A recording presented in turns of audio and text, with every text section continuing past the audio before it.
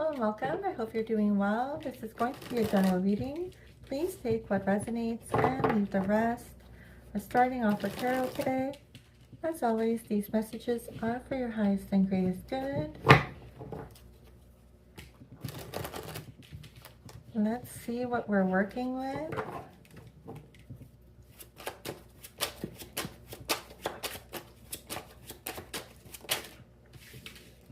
Temperance, something is out of balance. We're also showing impatience with it. Yes, okay. The Empress in the reverse. Let's get one more. Ooh, and the Queen of Coins in the reverse. Okay. The thing that is out of balance, my dear, is that you are overgiving of yourself. And then you're turning around and you're wondering, why do I feel so depleted? I am supposed to be the Empress, abundant, regal. I'm supposed to attract all of the things towards me, all the things that I need. I'm supposed to be surrounded by beauty, harmony. This is divine feminine energy. She knows her self-worth and she attracts with her self-worth. I actually really love this imagery too. So harmonious in her beautiful blooming garden, right? However, out of balance, because the Queen of Coins tells me, even though you know you are self-made, you are hardworking, you are able to attract the right resources, the right partnerships to build something beautiful, you overgive, you overextend, you over-nurture others. And then they don't pour back into you. So you're getting more and more and more depleted, more and more and more out of balance. All the cards in the reverse here. Only you can flip this. Only you can say, I need to have boundaries. I can't always be the giver. Not only are you depleting yourself by doing that, but you're also robbing someone of the ability to stand on their own 2 feet. It's one thing to be there for your loved ones, for your community, to be giving, to be generous, to be a helping hand. But it's another thing to almost like overstep and do too much. It's like babying everyone around you. How are they supposed to stand on their own 2 feet? How are they supposed to learn through their own trials and tribulations and build grit and stamina to get through life? And how are you supposed to balance? Pour back into yourself, do the things that bring you joy again. Work on your own projects when you're constantly putting out fires everywhere.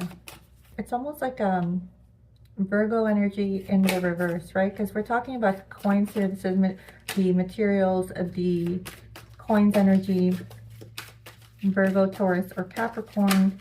But this overextendedness and this over nurturing without balance, it's like the shadow side of Virgo. Ooh, the Death card. Scorpio coming through to say, we're done. We're done with this. We're done with this need to feel needed, to only base our worth on how much we do for others. We're going to let that go. We're going to let that die off because it's not serving us. This is an introspective endeavor to work through our shadow side, because you don't want this to get to the point where you then are paused because you are too sick to go on, too exhausted to go on, too burnt out to go on. The World in reverse and the Hanged Man. 12-13, interesting. You're not able to close this chapter and let go of this because you're unwilling to make the sacrifice of that shadow self, of letting go of that shadow self, this need to do everything for everyone and to feel needed. You really base your self-worth on it. And until you sacrifice that, work through it, work through that shadow, you're going to keep repeating the cycle over and over again and feel the way you feel.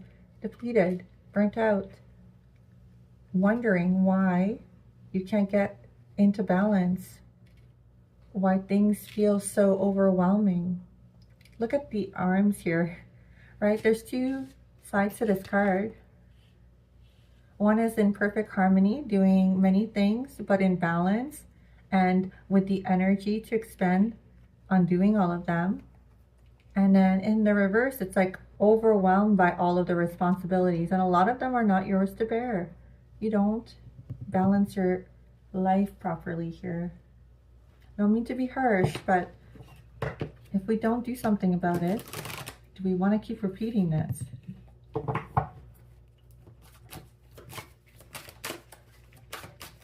Get some oracle. Fourth chakra, Archangel Raphael. Yeah, the heart chakra is in the reverse here.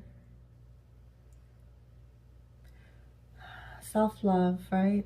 Radical acceptance. You are as worthy of care, nurture, of harmony, of peace, of balance as anyone else. Love yourself enough to give that to yourself. Why is everyone else getting that from you and you're not? Archangel Raphael in the reverse also talks about healing, and it talks about working with him. Do you work with angels? Do you pray? Do you ask for their help? Because I believe that they do not have free will, so you do have to be very specific and ask.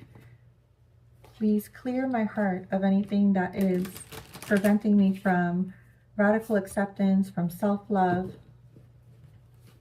Picture this green light emanating from your heart and spreading all through your body to clear anything that isn't for your highest good.